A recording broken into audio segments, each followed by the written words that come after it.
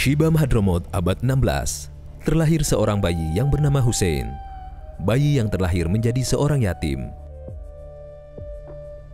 Hussein kecil dididik oleh ibundanya yang memiliki keseharian sebagai penenun kain.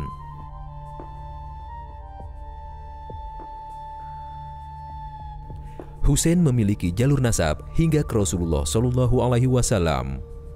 Beliau adalah putra dari Abu Bakar bin Abdullah bin Hussein Sohibul Ma'ikob bin Ali bin Muhammad bin Ahmad bin Hussein bin Abdullah Alaidrus Al-Akbar.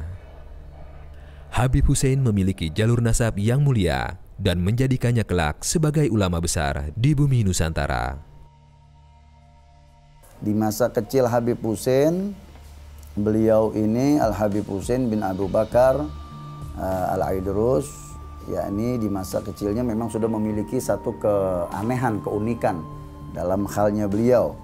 Yakni diantaranya pada saat itu ketika ibundanya sedang memerintah atau meminta Habib Hussein untuk mengambilkan beberapa karung yang mana isinya daripada benang-benang yang untuk dikerjakan menjadi proses kain.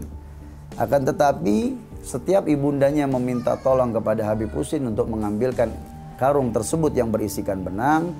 Ketika dibawa ke dalam ke ruangan yang mana ibunya sedang mengerjakan di situ tempat pemintal penenun benang, tapi sudah diketemukannya ketika dilihat isi karung tersebut sudah menjadi benang-benang. Sudah menjadi kain. Sudah menjadi kain tenun. Dari yang tadinya ibunya mengetahui bahwa karung tersebut isinya benang, ketika Habib Hussein diminta untuk mengambil daripada isi benang yang ada di dalam karung tersebut ke hadapan ibunya, ketika ibunya melihat bahwa isi benang tersebut atau isi karung tersebut yang berisikan benang sudah menjadi kain-kain tenun.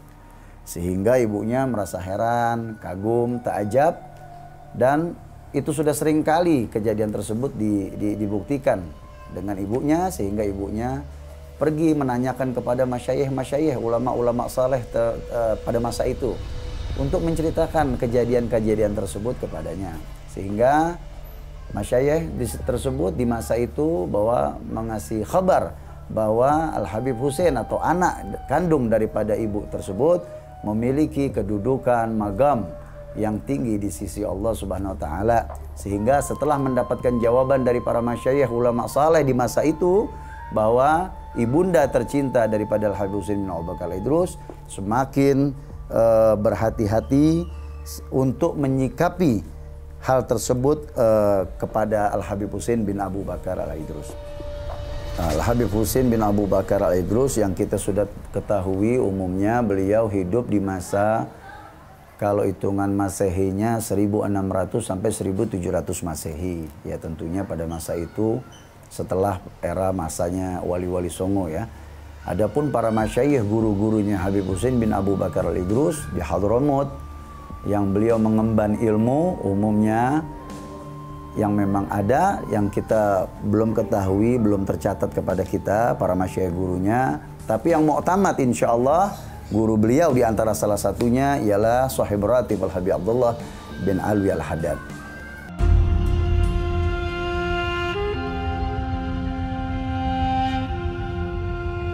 Setelah sukses menimba ilmu kepada para masyayikh di Hadramut, Al-Habib Hussein Al-Aidrus mendapat bisyarah serta izin ibunda beliau dan para masyayikh beliau untuk hijrah dan berdakwah di luar Hadramut. Dan beliau berhijrah bersama pamanda beliau, Al-Habib Abdullah bin Ahmad Al-Aidrus. Ketika Habib Hussein meminta restu atau doa izin dari ibundanya untuk bisa diperkenankan diberi izin untuk berlayar atau berdakwah ke bumi Nusantara ini, ibundanya mengizinkan, merestui dan meridhoinya, bahkan mendoakan. Akan tetapi ibundanya menitip untuk mendampingi. Pada saat itu memang umur Habib Hussein sangat belia, dan ibundanya menitipkan kepada seorang pamannya yang pada saat itu sudah berumur, kepada Sayyid Al-Habib Abdullah bin Ahmad Al-Aidrus, yang memang untuk mendampingi perjalanan dakwanya Al-Habib Hussein bin Abu Bakar bin Abdullah Al-Aidrus ke tanah Jawa Nusantara. beserta para sahabat-sahabat rombongan yang mengikuti perjalanan syiar dakwahnya Habib Husin ke bumi Nusantara. Hingga di era 1600 atau 1700 Masehi pada saat itu, berangkatlah perjalanan dakwah Habib Husin beserta paman dan rombongannya.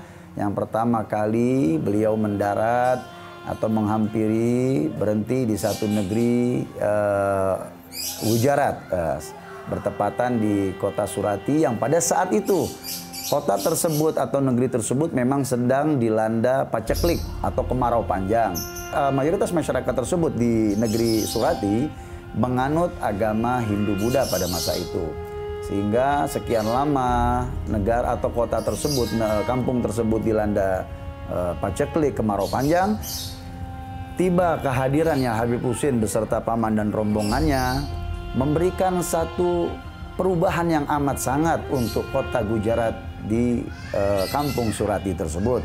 Mulai dari perubahan yang amat sangat dari peradaban agama hingga perubahan kesejahteraan di wilayah lingkungan tersebut.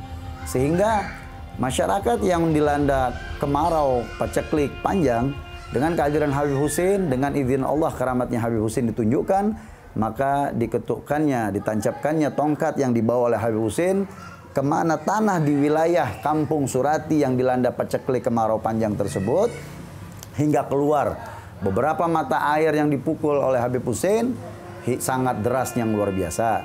Sehingga masyarakat kampung Surati Gujarat tersebut melihat fenomenal tersebut yang amat sangat kagum, heran dan kaget, berikut apresiasinya, sehingga air tersebut sangat bermanfaat untuk ladang pertanian mereka pada saat itu, peternakan mereka pada saat itu, termasuk untuk kebutuhan hidup mereka masyarakat Gujarat pada saat itu. Sehingga dengan keluarnya mata air yang dengan izin Allah berkat Habib Husin menancapkan dengan tongkatnya di tanah tersebut, maka banyak berbondong-bondong masyarakat Gujarat, masyarakat Surati di kampung tersebut yang menganut Hindu-Buddha. Sebelumnya banyak yang menganut agama Islam atau bersyahadat dengan Habib Husin bin Abu Bakar al-Idrus hingga memeluk agama Islam. Baik, perjalanan Habib Husin dari Hadramut ke kota Gujarat, ya, Surati, itu tidak lama. Beliau di negeri Gujarat itu tidak lebih dari 3 tahun. Bahkan mungkin ada riwayat yang mengatakan hanya 1 tahun. Amat sangat singkat perjalanan atau yakni turunnya Habib Husin beserta rombongannya di negeri Gujarat. Sangat singkat dan tidak lama. Jadi tidak benar jika yang mengatakan bahwa di negeri Gujarat Habib Husin menikah dengan seorang wanita Hindia hingga apalagi memiliki keturunan. Itu tidak benar. Dan juga tidak benar jika ada yang mengatakan bahwa Habib Husin wafat atau ada makamnya di negeri Gujarat Surati. Itu juga tidak benar.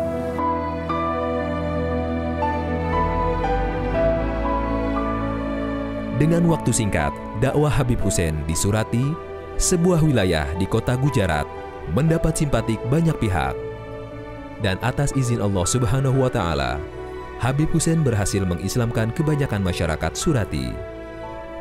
Setelah sukses di Gujarat, Habib Husin beserta pamanda beliau melanjutkan perjalanan ke bumi Nusantara. Nah, perjalanan Habib Husin menuju bumi Nusantara, yakni tepatnya di Batavia beserta rombongan. Nah, memang dalam perjalanan tersebut beliau menggunakan kapal kecil, ya, kapal kecil skoci pada masa itu. Dalam rombongan tersebut ketika perjalanan, Habib Husin beserta paman dan rombongan yang mengikuti di kapal Habib Husin menuju Pulau Jawa, tepatnya di Batavia. Ada sebagian memang dari rombongan tersebut yang berlayar ke Sumatera. Ada sebagian yang dari rombongan tersebut berlayar ke Laut Kalimantan. Jadi dari rombongan, banyak ya rombongan yang mengikut daripada rombongan Habib Husin untuk menjalankan syiar dakwah di situ. Memang setelah perjalanan selepasnya dari negeri Gujarat itu berpencar untuk mereka mengambil syiar dakwahnya di wilayah yang memang sudah mendapatkan bisyarah dan isyarah dari Hadratul Rasul atau para masyayikhnya terdahulu, untuk di mana diletakkan di wilayah tertentu di bumi Nusantara yang sudah ditentukan.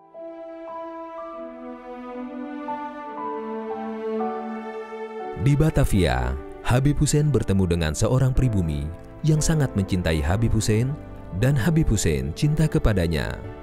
Beliau dikenal dengan nama Haji Abdul Qadir.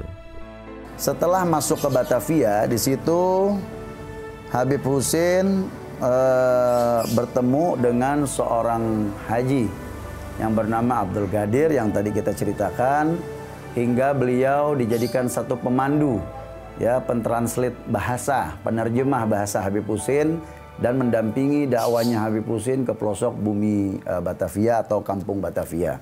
Yang mana Haji Abdul Qadir yang sebelumnya kita tidak ketahui namanya diganti namanya oleh Habib Hussein menjadi Haji Abdul Qadir. Nah, beliau memandu mendampingi Habib Hussein hingga ke pelosok-pelosok Batavia, sehingga Haji Abdul Qadir bersama Habib Hussein dan pamannya beserta rombongannya mengikut terus menyiarkan dakwahnya hingga masyarakat di sana mengetahui bahwa Habib Hussein bin Abu Bakar Al-Idrus seorang ulama, seorang tokoh agama yang luar biasa dari negeri Hadramaut. Untuk murid Habib Hussein yang kita ketahui yang muktamad ya Haji Abdul Qadir. Ya, Haji Abdul Qadir. Bahkan saya pernah membaca satu buku bahwa Syekh Arsyad Al-Banjari di masa itu beliau lahir dan hidup di masanya Habib Hussein bin Abu Bakar Al-Idrus. Dan saya pernah mendapatkan kabar bahwa Syekh Arsyad tersebut pernah mengunjungi Pulau Jawa atau negeri Batavia untuk bertemu dan menghadiri taklimnya atau pengajiannya atau ingin ikut belajar kepada Al-Habib Hussein bin Abu Bakar Al-Idrus. Dengan waktu singkat, Habib Hussein dan rombongan sukses berdakwah hingga di pelosok-pelosok Batavia. Hingga karena hal tersebut, Habib Hussein menjadi target kolonial Belanda. Pemerintah kolonial Belanda mengetahui dan mencurigai pergerakan dakwanya Habib Hussein. Hingga Habib Hussein dipulangkan beserta paman dan rombongannya, ingin kembali ke tanah Arab, dikembalikan. Atau dikeluarkan dari Batavia. Menggunakan apa? Menggunakan atau jadi pemerintah kolonial Belanda menyiapkan perahu atau sekoci kecil untuk Al-Habib Hussein beserta paman dan rombongannya. Hingga perahu tersebut dilayarkan oleh tentara Belanda pada saat itu. Akan tetapi Allah yang memiliki kehendak atas apa yang diinginkannya. Setiap kali kapal tersebut dilayarkan, maka angin selalu bertiup kembali ke pesisir Sunda Kelapa. Sehingga karena kejadian ini berulang kali, maka pemerintah Belanda membawanya Al-Habib Hussein beserta paman dan rekannya yang ikut pada saat itu di perahu, yakni untuk dipenjara. Penjara pada saat itu di Glodok atau yang lebih dikenal dengan nama penjara seksi 2 di wilayah Glodok. Untuk ditahan di dalam sel tahanan tersebut. Sehingga ketika banyaknya dari masyarakat yang mengetahui Al-Habib Hussein bin Abu Bakar Al-Idrus dimasukkan ke dalam penjara, maka masyarakat berbondong-bondong, yakni ingin menjenguknya di waktu pagi, sore, dengan membawa berbagai macam makanan, minuman, juga pakaian untuk Al-Habib Hussein bin Abu Bakar Al-Idrus beserta yang masuk ngikut di dalam penjara tersebut. Hingga kejadian ini, kejadian unik, kembali dimunculkan terulang di dalam penjara yang membuat heran dan membuat para sipir penjara tentara Belanda yang mana di dalam sel tahanan tersebut. Sehingga tentara Belanda melihat Habib Hussein bin Abu Bakar Al-Idrus di luar sel tahanan sedang mengimami sholat berjamaah, sedang memimpin majelis. Akan tetapi di dalam kejadian tersebut dilaporkan oleh penjaga bahwa Habib Hussein juga ada di dalam sel tersebut. Nah, sehingga kejadian tersebut berulang kali, maka kepala sipir penjara menghubungi daripada gubernur jenderal pada saat itu, pada masa itu, lalu gubernur jenderal memerintahkan untuk Al-Habib Hussein bin Abu Bakar Al-Idrus beserta paman dan rekan atau kawan yang mengikutinya yang dipenjara pada masa itu untuk dikeluarkan kembali, untuk dikeluarkan dari tahanan tersebut. Nah, jadi sehingga Dalam perjalanan tersebut, dalam perjalanan dakwahnya, suatu ketika Al-Habib Husin bin Abu Bakar Al-Idrus, yakni berjalan bersama paman dan Haji Abdul Qadir, hingga menemui daripada jenderal perang daripada tentara Belanda. Hingga Haji Habib Husin menepuk pundak daripada jenderal perang tersebut dan mengatakannya sambil memandang wajah Haji Abdul Qadir bahwa jenderal ini kelak akan menjadi gubernur jenderal di tanah Jawa ini. Sehingga mendapatkan perkataan tersebut, orang yang mendengar heran. Dengan diterjemahkan oleh Haji Abdul Qadir, maka jenderal perang daripada tentara Belanda beserta ajudan pengikutnya merasa heran dengan ucapan Habib Husin.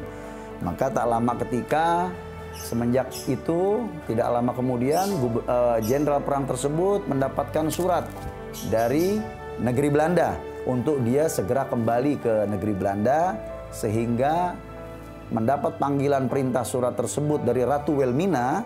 Maka berangkatlah jenderal perang tersebut ke negerinya, yakni ke negeri Holland Belanda. Setelah itu dia dilantik, dibaiat untuk menjadi gubernur jenderal Jawa atau gubernur jenderal Batavia di negeri tanah Jawa ini. Maka kembalinya daripada gubernur jenderal Belanda tersebut yang telah dilantik di negeri Belanda oleh Ratu Wilhelmina pada masa itu, maka dia teringat dengan ucapan Sang Habib Husin bin Abu Bakar Al-Idrus di masa itu, yang mana di dalam perjalanannya beliau bertemu dengan Habib Husin, atau pada saat itu dikenal dengan Tuan Keramat. Dulu Habib Husin dengan orang-orang Belanda tidak disebut Habib, tapi Tuan Keramat, atau Tuan yang memiliki supranatural. Akhirnya mengingat daripada ucapannya Habib Husin bin Abu Bakar Al-Idrus, pada saat itu gubernur jenderal Belanda ketika sampainya di Batavia memerintahkan ajudannya untuk mencari dan menemui Habib Husin bin Abu Bakar Al-Idrus hingga dapat. Maka seketika pada saat itu dikerahkan ajudan pasukannya untuk mencari Habib Husin. Maka ketemulah Sang Habib Husin bin Abu Bakar Al-Idrus beserta jamaah atau pengikut atau murid-muridnya. Pada saat itu dibawalah untuk menghadap kepada gubernur jenderal tersebut. Maka gubernur jenderal Belanda tersebut mengucapkan banyak terima kasih atas ucapannya yang pada saat itu dia ingat kepadanya pada saat itu di perjalanan. Hingga dengan ucapan terima kasih dan kekaguman atas ucapan yang terbukti dalam kehidupannya si gubernur jenderal tersebut, maka dia memberikan hadiah sebidang tanah untuk Al-Habib Husin bin Abu Bakar Al-Idrus, yang mana tanah tersebut yakni di wilayah Sunda Kelapa Penjaringan ya, Batavia. Pada saat itu diberikan sebidang tanah dengan uang ya, ada di kantong karung pada saat itu, yang mana kantong karung yang diterima oleh Al-Habib Husin bin Abu Bakar Al-Idrus dibuanglah ke laut. Sehingga di hadapan gubernur jenderal tersebut melihat Habib Husin melempar uang tersebut, maka dia heran. Lalu dia bertanya, kenapa engkau yakni melempar daripada uang-uang yang aku berikan untuk engkau ya Tuan? Bahwa Habib Husin mengatakan uang itu untuk saya kirim ke ibundanya ke Hadramut, Yaman Selatan. Akan tetapi gubernur jenderal itu tidak mudah menerima seperti itu. Maka dia semakin penasaran, akan tetapi pemerintah Belanda, gubernur jenderal tersebut memerintahkan untuk tim-tim khusus penyelam untuk mencari apakah keberadaan uang tersebut benar ada di dalam dasar laut atau di mana tempat karung uang itu dilempar, apakah sudah tidak ada. Ketika dikirim pasukan penyelam khusus oleh gubernur jenderal Belanda bahwa tidak didapatkan satu keping pun daripada uang yang di dalam karung yang telah diberikan oleh Habib Husin. Maka setelah itu Habib Husin bahwa gubernur jenderal tersebut mengutus, tidak cukup dari situ, tapi gubernur jenderal Belanda tersebut mengutus utusannya untuk berangkat ke negeri Yaman, Hadramut, yang mana untuk mengetahui kepada ibundanya apakah benar uang telah diterima oleh ibundanya dari Al-Habib Husin bin Abu Bakar. Maka singkat daripada cerita tersebut bahwa utusan Belanda gubernur jenderal tersebut Ketika tiba di negeri Yaman Hadramut, maka sampai di negeri di kota di mana Habib Husin dilahirkan, di rumahnya bertemu dengan ibundanya bahwa benar bahwa telah diantarkan satu karung uang yang berisikan uang untuknya kepadanya ibundanya, bahwa setelah itu utusan Belanda tersebut telah menyaksikan langsung dan dia kembali ke tanah Jawa, ke Batavia dengan membawa berita yang benar bahwa uang tersebut telah benar adanya diterima oleh ibundanya Habib Husin bin Abu Bakar Al-Idrus di negeri Hadramut. Tidak benar jika ada yang mengatakan Habib Husin menikah, dan juga tidak benar ada yang mengatakan Habib Husin memiliki anak, baik itu laki ataupun perempuan. Itu tidak benar sekali, karena ini sudah jelas dalam riwayat maupun buku nasab yang telah tercatat ratusan tahun yang lalu di dalam buku-buku nasab besar, ya, di kitab-kitab induk nasab mulai dari Hadramut maupun di bumi Nusantara Indonesia yang dikarang, ditulis, dikutip oleh para ahli nasab, guru-guru nasab minas salihin terdahulu. Dan beliau ini meninggal pada saat itu dalam memang sudah kembali memang sudah qadar Allah, takdirnya Allah Ta'ala. Sakit atau tidaknya dalam sebab meninggalnya Habib Husin kita tidak ketahui. Yang pasti beliau meninggal belum berusia atau tidak berusia lebih dari 50 tahun. Ya, beliau tidak lebih dari umur 50 tahun. Beliau wafat dan beliau dibawa pada saat itu ada aturan dari pemerintah kolonial Belanda di mana masyarakat atau warga asing dari bangsa Arab atau bangsa Tionghoa Cina dan bangsa lainnya termasuk Belanda, jika ada yang meninggal dikebumikan di mana wilayah-wilayah yang sudah ditentukan areanya oleh pemerintah kolonial Belanda. Nah, untuk bangsa Arab dikhususkan itu sudah ditentukan pada saat itu yang kita kenal sama-sama Said Naum atau karet bifak yang ada di Tanah Abang. Nah, itu memang khusus untuk pemakaman daripada keturunan bangsa Arab yang memang ditentukan oleh Belanda. Nah, ketika Habib Husin meninggal pada masa itu, para pelayat atau para pengantar jenazah membawa Habib Husin setelah dimandikan, dikafani, disolatkan beserta para ulama-ulama pada masa itu, dibawalah Habib Husin beserta kurung kerandanya, ya, dibawa ke Tanah Abang. Singkatnya, ketika sampai di pemakaman Tanah Abang tersebut, maka setelah dibuka kurung batang tersebut tidak diketemukan bahwa jenazah Habib Husin. Maka rombongan jenazah kembali ke kampung tersebut di mana Habib Husin membangun surau tempat dakwahnya di area Sunda Kelapa, Penjaringan pada masa itu. Maka diketemukan jenazah Habib Husin ada di dalam kamar di wilayah surau di mana Habib Husin berdakwah dan ada musolahnya. Maka dibawa kembali jenazah tersebut dengan keranda hingga 2 kali kejadian tersebut seperti itu. Maka bersepakat ketika rombongan para peziarah dan ulama-ulama pada masa itu, para tokoh agama pada masa itu yang dulu sebagai muridnya Habib Husin, sebagai sahabatnya Habib Husin, bersepakat untuk yakni menyemayamkan, menguburkan jasad mulia Habib Husin bin Abu Bakar Al-Idrus di mana kamar atau surau beliau bangun pada saat itu. Jadi pada masa itu kampung tersebut yang dahulu dikatakan kampung baru, nah disitulah kejadian Habib Husin fenomenal tersebut telah merubah nama kampung wilayah tersebut menjadi Kampung Keramat Luar Batang. Nah, dahulu dikenalnya Kampung Baru, ya, wilayah Penjaringan atau distrik Penjaringan. Setelah wafatnya Habib Husin, karena di masa hidupnya Habib Husin baru hanya terbentuk surau atau musolah, ya, berikut dijadikan untuk media dakwahnya Habib Husin dengan ngajar mengajar. Setelah wafatnya Habib Husin, tidak lama kemudian pamannya yang bareng bersama Habib Husin wafat juga, Abdullah bin Ahmad. Sehingga itu Haji Abdul Ghadir menyampaikan risalah berita melalui telegram ke negeri Hadramut untuk mengabarkan Habib Husin dan pamannya Abdullah bin Ahmad meninggal.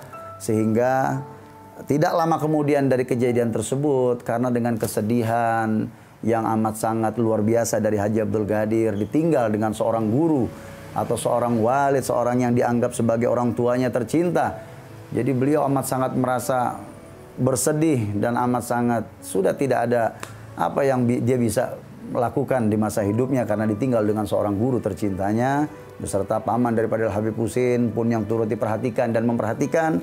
Akhirnya Haji Abdul Ghadir pun juga tidak lama kemudian wafat meninggal yang dikuburkan oleh para penduduk pada saat itu di sebelah atau bersanding di makam Al-Habib Husin bin Abu Bakar Al-Idrus. Karena memang jasa Haji Abdul Ghadir ini luar biasa. Beliau yang pertama menyambut Habib Husin, beliau sebagai pendamping yakni penerjemah Al-Habib Husin, beliau yang membawa Habib Husin kemana setiap pelosok di negeri Nusantara atau Jawa ini, khususnya di Batavia. Dan juga beliau yang senantiasa setia menemani Habib Husin baik di dalam penjaranya hingga keluar, hingga sampai wafatnya Habib Husin. Haji Abdul Ghadir lah yang mengurusi semuanya. Jadi pantaslah seorang Haji Abdul Ghadir dimakamkan bersanding di sebelah makam gurunya yang mulia Al-Habib Husin bin Abu Bakar Al-Idrus keramat luar batang. Sepeninggal Habib Husin bin Abu Bakar Al-Idrus, pengaruh beliau masih sangat kuat hingga membuat Raja Jawa pada saat itu, Sri Susuhunan Pakubuwono ke-10, berkunjung berziarah di makam beliau yang didampingi oleh Mutawali pada saat itu, Al-Habib Abu Bakar bin Husin dan Al-Habib Ali bin Abdurrahman Al-Habsyi Kuitang. Pada saat kunjungannya Pakubuwono yang ke-10 dari Keraton Solo, Habib Abu Bakar bin Husin bin Ahmad Al-Idrus ini selaku mutawali atau khalifah estafet pengurus daripada Luar Batang, beliau bersama dengan kawan karibnya Al-Habib Ali bin Abdurrahman Al-Habsyi menerima kunjungan dan mendampingi daripada Pakubuwono ke-10 dari Keraton Solo untuk kunjungan ziarah di makam Al-Habib Husin bin Abu Bakar Al-Idrus pada tahun 1920 Masehi. Yang mana setelah itu di masa akhir riwayat atau beban tugas mulianya Habib Abu Bakar, di tahun 1928 beliau wafat, meninggal dunia dan dikebumikan, dimakamkan di daerah Tanah Abang di Sayyidina pada masa itu. Dari seluruh sosok para aulia minas salihin atau para ulama, memang tidak semuanya ya kita bisa mengetahui managib satu persatu atau managib yang real sesungguhnya atau dalam histori perjalanan kehidupannya yang sempurna. Tidak. Baik itu ada di antero negeri Jazirah Arab maupun di bumi Nusantara. Nah, termasuk daripada Al-Habib Husin. Khusus daripada Al-Habib Husin bin Abu Bakar Al-Idrus ini, memang kita ketahui beliau sejak dahulu tidak banyak kita ketahui daripada buku atau sejarah riwayat managib Al-Habib Husin bin Abu Bakar Al-Idrus keramat luar batang.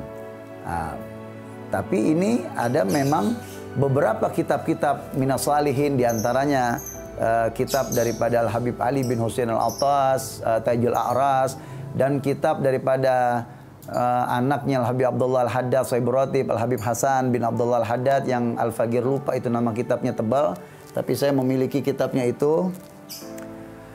Itu ada menceritakan riwayat daripada Al-Habib Husin bin Abu Bakar Al-Idrus, dan ada beberapa kitab-kitab lain yang memang kalau misalkan kita bisa mengumpulkan, meneliti, selektif dalam riwayat-riwayatnya, bisa kita rangkum menjadi satu riwayat yang insya Allah menemukan estafet jalan riwayat tersebut.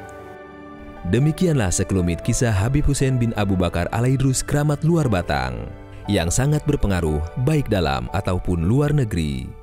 Dan hingga sekarang, makam beliau tak pernah sepi dari para peziarah yang setiap hari memenuhi area makam dan masjid keramat luar batang.